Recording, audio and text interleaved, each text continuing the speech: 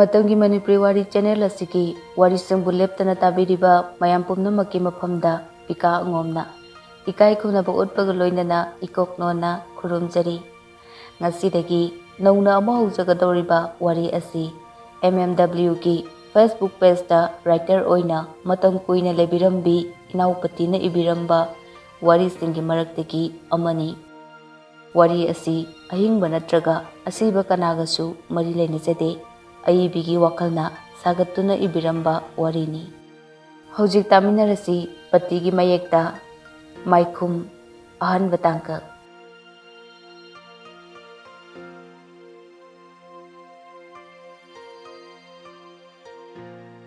Nagyet migi mi makta pumnan nili korang langi maikei kudingdasu mafam chana chana laising hauri satpasu yawi sattabasu yawi uwa su marang kaina hawi ahau athum marang kaina phangliba mafamdo tamna laklaga mayamdo thariba chair duda phamthai sakre kari nungsa ku sano khangdimi Savitri magi phijiduna mamai mapadu humdana hairei manakta phamliba tombada onsinduna amuk makha tarei angang singdi kamaina tawre kari hairaklaba tombana Madam makusu yarne hairei Pare kari no asa athak mayam ama lautuna makoi manga amuk chare nungtilgi pung mari tasilaklabani mafam adudagi thoklaklaga gari park toramliba domda lai onsinduna wari sanaramiba angang singdo masado active oibagum lei angang amana hanglaki Sir haladoiro tombana halase angang singdu magi gari da kakhatnakre Savitriga nupi macha laishabi anidugadi makoina kakhatkiba gari du thauba hokre nakan amaromdana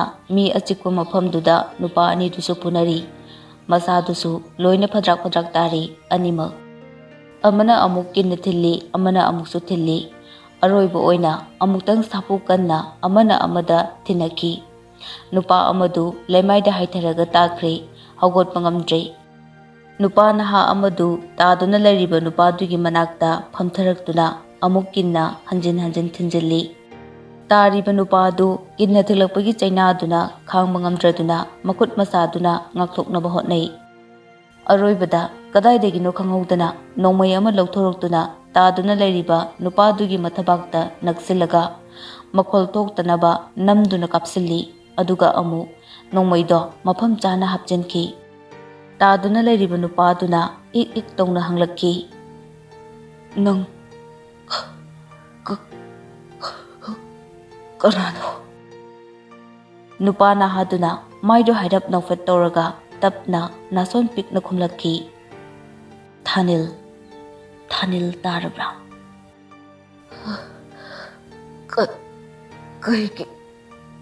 Thanil na makut kudom biduna machinda thamduna langano haibagum ingit toraga hairei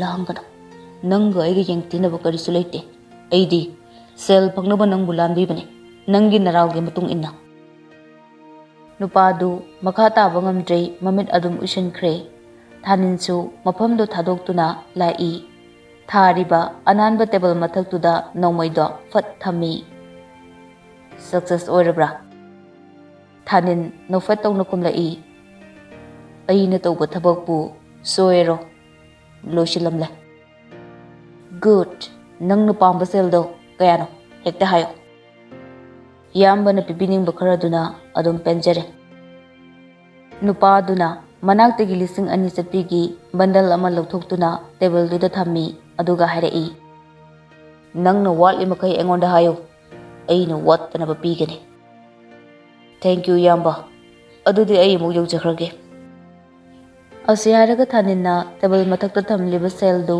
lokshillaga mananganda poriba bag to the hapchali fare yauro asumna yumdu degi tholaklaga bike tu yangna thauduna magi leifam tamna lai mi chinba sahargi mataida leiba awangwa building adugi nipan suba mathol tamna kakhalai mana chathoklamdaida thongdo lok torambani adubu manungda mi lebagum thongdu mapanda lolamdabaduda Thanil nason pikna tapna manungda changlai. Nakangi kaduda boyai nok noktana TV yengduna lerami. Thanil masado chaptingna makhwang metlaga leptuna sor sangna hontoklaga boyai da yenglai. Boyai su mi changlakpagi samin phangbaduda nokna leithorai. Thanil na kadoriba nangdia thengla kansida sida. Boyai na kaino lakpa yadro nangna phone phangi paidriduna karigino. Thanil makhutuna pocket ta humjilli aduga ngasai silent ta thamkiba phone do lokthoroktuna hairai. Tahudabagine.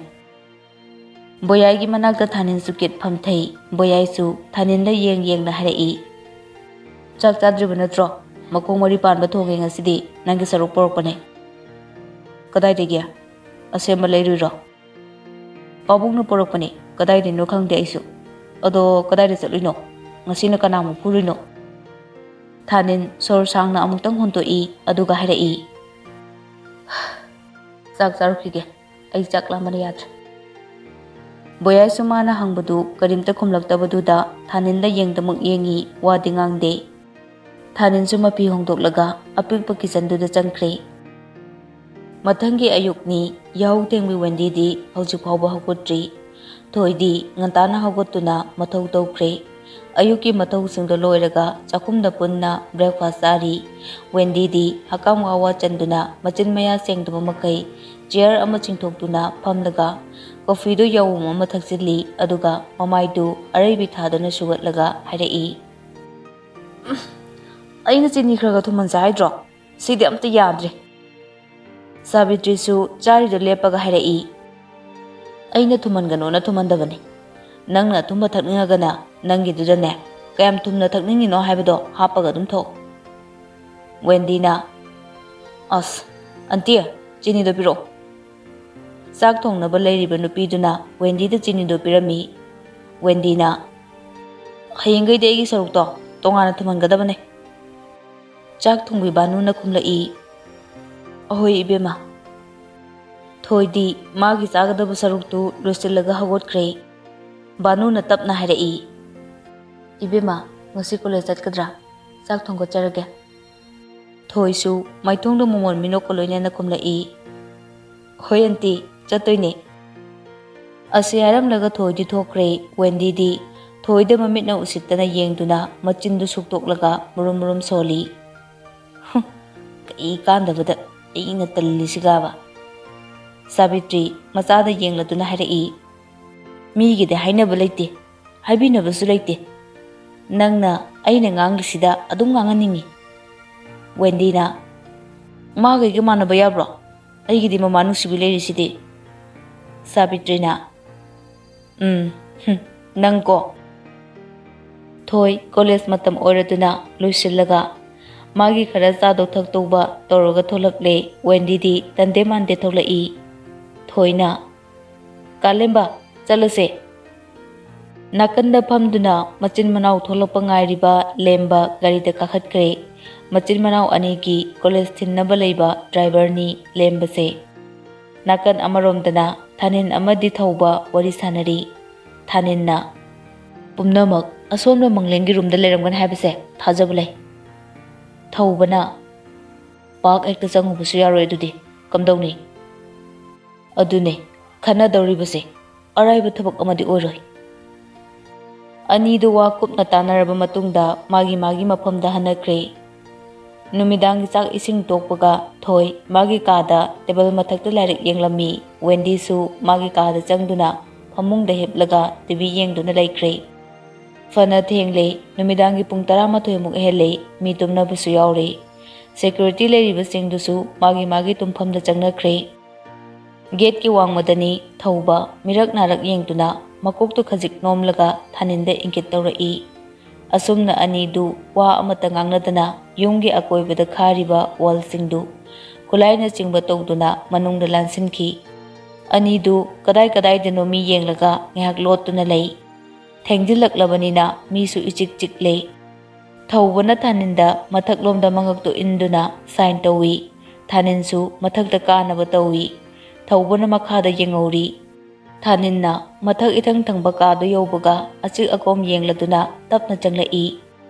Matamdu thoi magi kaada lairik yengduna adumak lairi. Nakanda padar khanbana maram oiraga mi lepadudi uramde. Thanin padar marumduda leplaga lei. Wakhalda hojik phawba tumdribasi kanano haina khalli. Thaninna adumna khallingaituda thoidu masadu tingli yangliraga hakam chanduna tumnaba hagolai. Famungda karurabani thoi thongnaw lonba kauramle haiduna amuk prap kumtharai. Thanilsu madu ubada amuk kachinda leishinduna lei. Thoina thongnawdu londringaida nongju thagi nongchurambadagi hangwa matamda ing launa nungsit silakpaduda nungairaduna asum leplaga lei. Thanilsu thoigi matawdu yenglibani ngahaki matungda thoina thongnawdu thingdilamlaga leithorokpada kachinda mi ama leibagum ubaduda karino khanduna asum changsilli. Thoina changsilakpaduga mapa chanana khangowdana nongmamichu khajik khaglakki. Glass na panba oibana thongnawdagi mangal khara changlakpaduda mi masak udrabasu lepribadu mina haibadi mami sami uhore. Thoi khangprek khangi. Mamit anidu lauthokduna lauge tawbaga Thanina phat tholaklaga yamna thuna thoigi mangaksamda mapa chana yaiki. Adudagi thoi wakhal tadna lekthaki. Thanina thoibu pamkhatlaga kaada pushilakduna famungda hifalamlaga mana yengadaba tawgadaba kharadu tawramlaga thongnawda amuk thokki. Mathangi ayukni thoi masadu ihei hainadana hawatlaga phammi. Ma tasengna ngarangi thawdokto ningsingdre masadu ihei hainadre. Makhutna mangaksamduda pairaga adumak lei.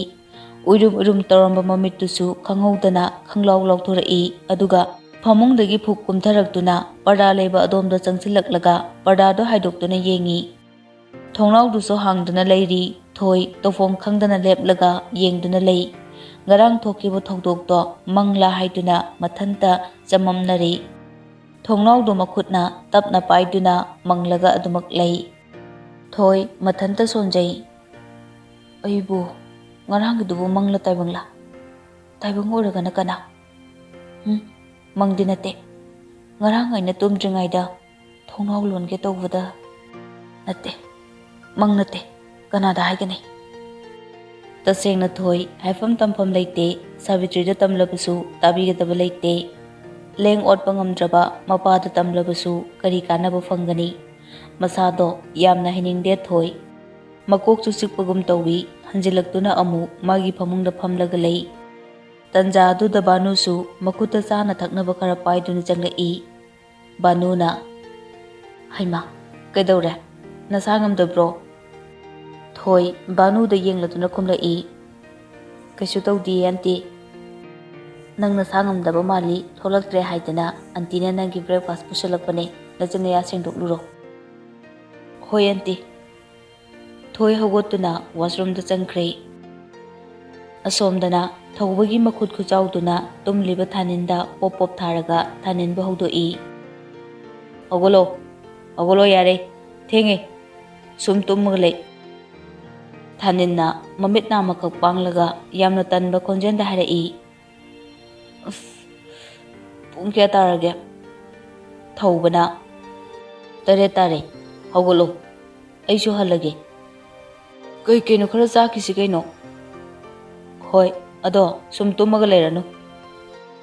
Thanin tana hogotlaga hakangada wawa challi makoktusu makhutna hairap hotli.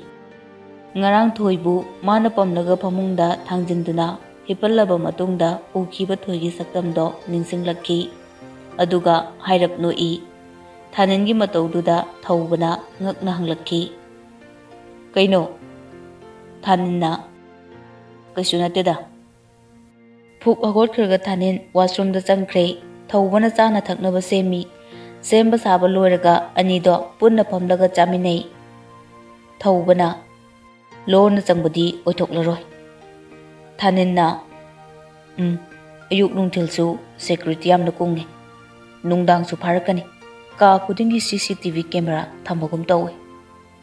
Adudi kamdauba tai.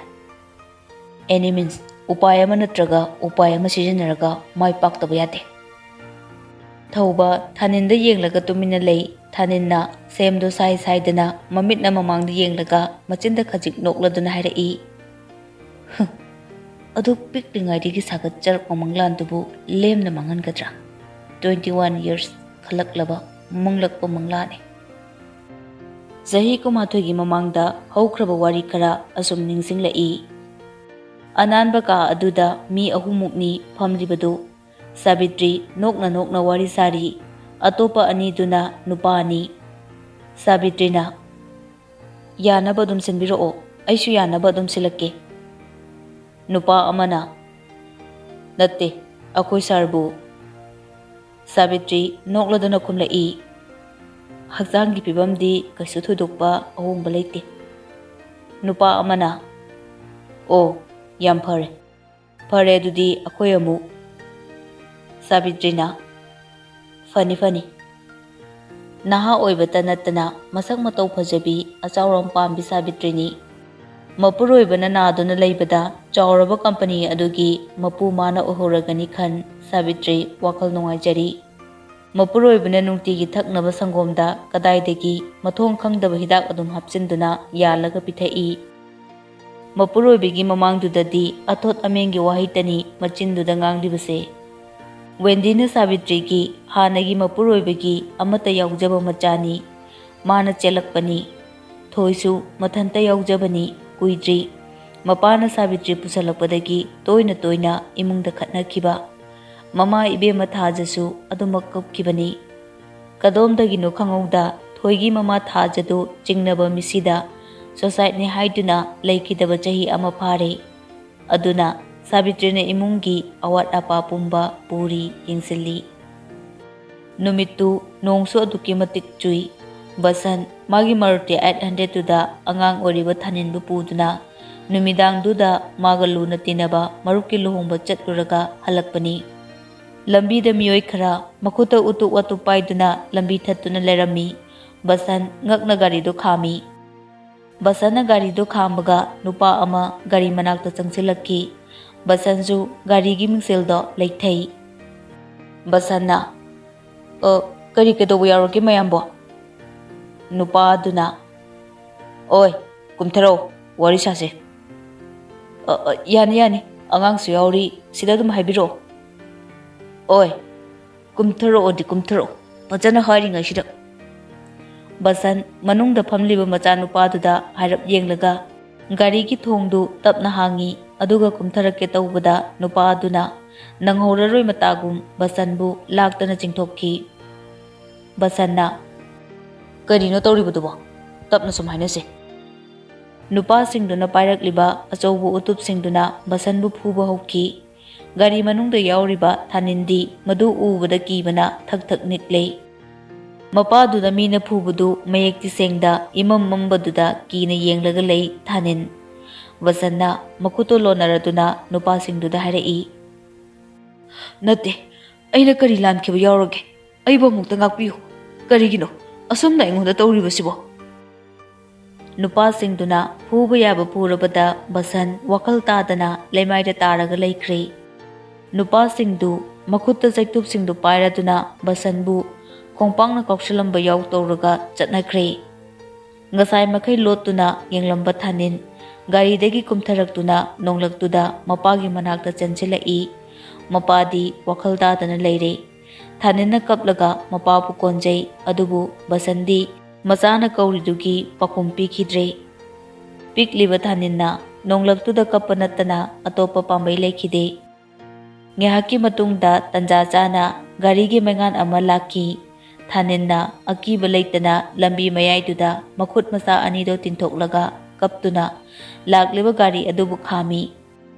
ꯂꯥꯛꯂꯤꯕ ꯒꯥꯔꯤ ꯑꯗꯨꯁꯨ ꯈꯥꯝꯂꯗꯨꯅ local ꯒꯥꯔꯤꯗꯨꯗꯒꯤ ꯐꯠ ꯀꯨꯝꯊꯔꯛꯏ. ꯑꯗꯨꯒ ꯇꯥꯗꯨꯅ ꯂꯩꯔꯤꯕ ꯕꯁꯟꯒꯤ ꯃꯅꯥꯛꯇ ꯆꯪꯁꯤꯜꯂꯛꯏ. ꯑꯁꯣꯛꯄ ꯕꯁꯟꯕꯨ ꯌꯦꯡꯂꯗꯨꯅ ꯂꯣꯀꯦꯟꯅ ꯄꯥꯈꯠꯅ ꯈꯪꯍꯥꯏ ꯍꯥꯏꯔꯛꯏ, ꯏꯁ, ꯁꯤꯗꯤ ꯀꯔꯝꯅꯅꯣ? ꯊꯥꯅꯤꯟꯅ ꯀꯞꯂꯒ ꯈꯨꯝꯂꯛꯏ, ꯕꯕꯥꯕꯨ ꯗꯣꯛꯇꯔꯗ ꯄꯨꯕꯤꯌꯣ, ꯕꯕꯥꯕꯨ ꯗꯣꯛꯇꯔꯗ ꯄꯨꯕꯤꯌꯣ. ꯏꯕꯨꯡꯉꯣ, ꯁꯦ, ꯀꯞꯀꯅꯨ, ꯂꯥꯛꯑꯣ. ꯂꯣꯀꯦꯟꯅ ꯕꯁꯟꯕꯨ ꯄꯝꯈꯠꯂꯤ. ꯊꯥꯅꯤꯟꯁꯨ ꯂꯣꯀꯦꯟꯒꯤ ꯃꯇꯨꯡ ꯏꯟꯗꯨꯅ ꯒꯥꯔꯤꯗꯨꯗ ꯀꯥꯈꯠꯂꯤ. ꯑꯗꯨꯒ ꯂꯣꯀꯦꯟꯅ ꯊꯨꯅ ꯒꯥꯔꯤ ꯑꯗꯨꯕꯨ ꯍꯣꯁꯄꯤꯇꯥꯜ ꯃꯥꯏꯀꯩ ꯇꯝꯅ ꯊꯧꯈꯤ. Thanilna As Talle Wane Boyaina Kai Gitanbano Kashunatra di Pangsata Chatli Law Jasila Olusilo Tanin Sutan de Mande Lusili Masado Karimta Satokning de Yamna Haina de Adubu Boyaina Haman Baduda Lusili Anidu Boyagi Gari Duda Selepung Tamna Lai Isay Amasu Kongli Boyadi Gari do Thongna Thongna Machinda Isay Dungangli Taninsu Nakanda Yeng Duna Lay Nungthilgi Pung Ahu Muktaramlani Matamdo Lambida Layringaida Boyagi Mobile do Ring Lai Haiduna Paikatli Boyaina Hello Baba Mapana Nangbu Kadai da Chatlino Nangi Marupne Haidana Khara Lakline Kanano Kakchingdagi ni haye Boyai mobile do harap thangdok laga Thaninda onsinduna harai Anisu sulakli male Thaninna Adune aina ngasai ni isa se inung nungaite ko na chatse haridune Ado halasiro Lapna lakpanina laramdabdo nungaramaroiba Halase Boyaina mobile do amuk thangalaga mamanabasing du lehelamu hala ani haiduna mapada haiki asumna ani do amu handuna gari do mayumlom da thorakle ngihaki matungda boyai hoisu yorakle gari dagi prapra kumtharaktuna ani du imungda changlai yumyai kada anis amadi machanupi purnima phamduna lerami boyaina kanano maside noi sairo Anis na kaidinu he akhoi Purnima ni keno Purnima nang dile sabi pharamle sakka khangudre he Anis na kaida chatluina noine Thanin tanna kumlai masina koi bisa sena khangma ngamdadana Seleipungda chatpa horubane Anis na thengene matam siso Purnima suma manabi khoide changni hai Nang khidra tawrisibo Boyaina Kaidano Kailamdano Judane Thanin phat hogolai Ju kaidano Anisna Kariba Moigi mamagi maming dubu Sabitri haba Sabitri Sialan paibado Boyaina Khange Ado akoi de lakko sidi kai chane Anisna Yari charuge Thengani ba amuk chathok chasinda Upu khoi de lakpane Noida changamge na amuk changaine Boyaina Karimta chadan halaga hairo Kona matang chabda charage nuksiba Asumna Anisu thokre Anidu sulehore Machin mokpa Anidu Sabitri hoi tamna lai Gate yorokpada Purnima na Thoigi number duda call tawduna kauthoi Thoina Aiba chango sum lepaga leire Purnima na hek changapkodusu hangoiriba is kanada lao tamo lao Asumna Anidu changlaktuna harau wari saramlaga amuk hankre Purnima ga thoiga lamdi lapne haibabu hana school da pulakpanina ningthina nungsinana loinajai Numit nini humnigi matungni Sabitri lam kitang lapada leiba mamanabigi lohongba yawba chatkadauri numitto nongsu kanna chui lohongpam yawraga mayam langdana leinai Sabitri su marak thatna washroom da change haiduna changlai ngahak leitana Sabitri bu sainaduna leiriba thaubasu Sabitri na washroom da changkhibaga thongjinda masu leptuna lei hana leiramba atopa nupido thokrabada Sabitri Makutu beshinduda ising tahalaga hairap chami aduga rumaldu na taihthoklaga masam manada amuk semi thongjinda tapna tholokpada mi khara lanbegi tanjaduda thaubana Sabitri gi bag to munduna chenki mi sulaitaba tanja oibaga Sabitri du makutu thangatuna tofom khangdana chenkriba thaubu tanai thaubadi stair mathakta kakhatkre Sabitri su tanaba lepte Khwai mathak ithang thangbada nupa amatung olaga lepambaduda thauba chap lepi tungdagi lapna Sabitri ni laurai nupa se phawi bungo asi phaw Thanin su mamai leithurei thauba amadi thanin punarai aroibada thanina khara henkre Thawbana thang ama lauthorokutuna Sabitri tamna thilai adubu Thaninna faki aduga thawbagi mamaida kinna thilli adugadi thawbusu mafamdo thadoklaga chenkhre. Thaninna makhada tariba Sabitri gi bag tu khungkatlaga kanthoi aduga nofet tongna Sabitri da onsinduna hairai. Madam, sida leijere. Sabitri na is ibungo leramdrabadi mangamnida. Madam, mi fataba yamna leibane. Section biyo. Ibungo di sida. Sabitri akoiboda harap yengi kanasu leiba ude. Thaninna Madam, sida sum haktik langambane. Oo, makhada kumse paminaragane wari ga sakisi. Hoi Madam. Thanin nokfetawi Sabitri amadi Thanin makhada kumtharai. Thongjin yaubaga magi angang singduna Sabitri bu washroom amadi atai de koithi thirami. Sabitri na changakpudu ubada tombana sangsilakduna. Oh, Madam, kadai chapirubano? Akoina di somda thiri. Asi haraduna tomba Thaninda amuk yengi. Sabitri na anakpada laiba chair du chingthokduna phamlaga sor hontoi aduga hairai. Ngasidine ibungo se leramdradi ai sirambasu yai.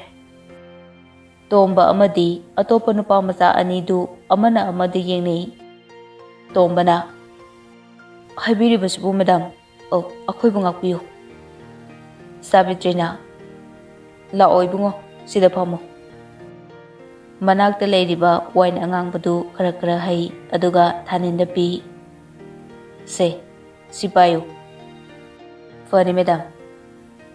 Ibungo bu kadai degino kari hotnariba. Thanin su momon nokna khumlai.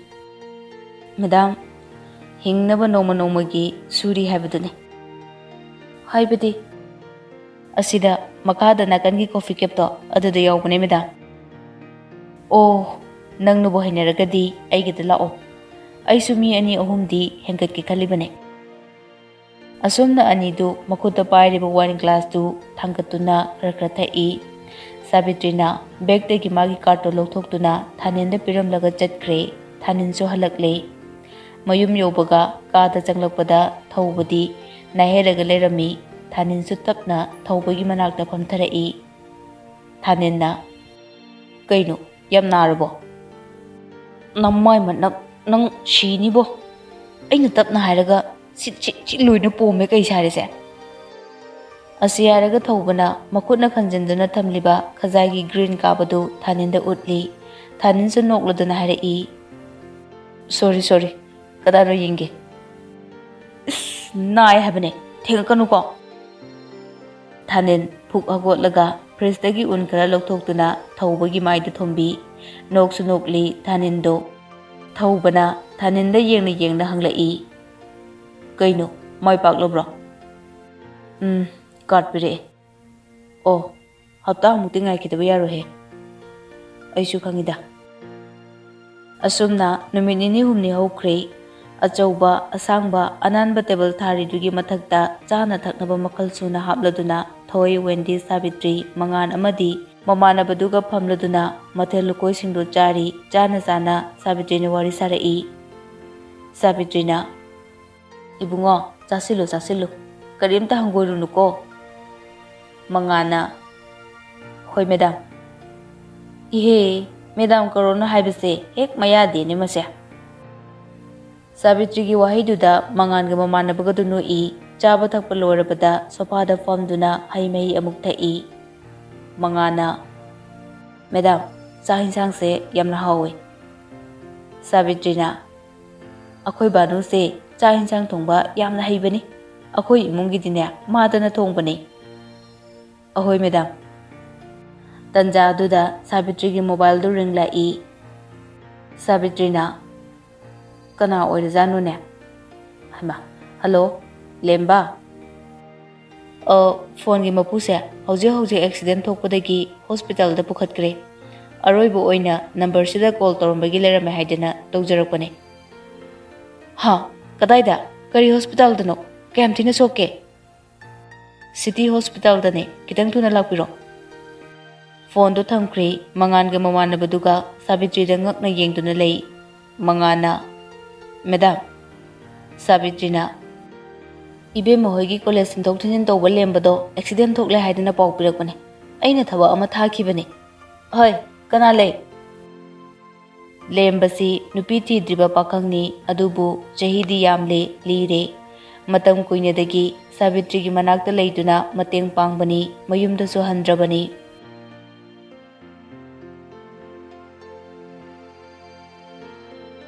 ꯃꯇꯥꯡ ꯑꯁꯤꯗ ꯑꯩꯒꯤ ꯅꯨꯡꯁꯤꯔꯕ ꯂꯤꯁꯅꯔꯁꯤꯡꯗꯒꯤ ꯀꯥꯏꯅꯅꯕ ꯌꯥꯊꯪ ꯂꯧꯖꯔꯤ ꯃꯈꯥ ꯇꯥꯕ ꯁꯔꯨꯛ ꯍꯌꯦꯡ ꯄꯨꯟꯅ ꯇꯥꯃꯤꯟꯅꯔꯁꯤ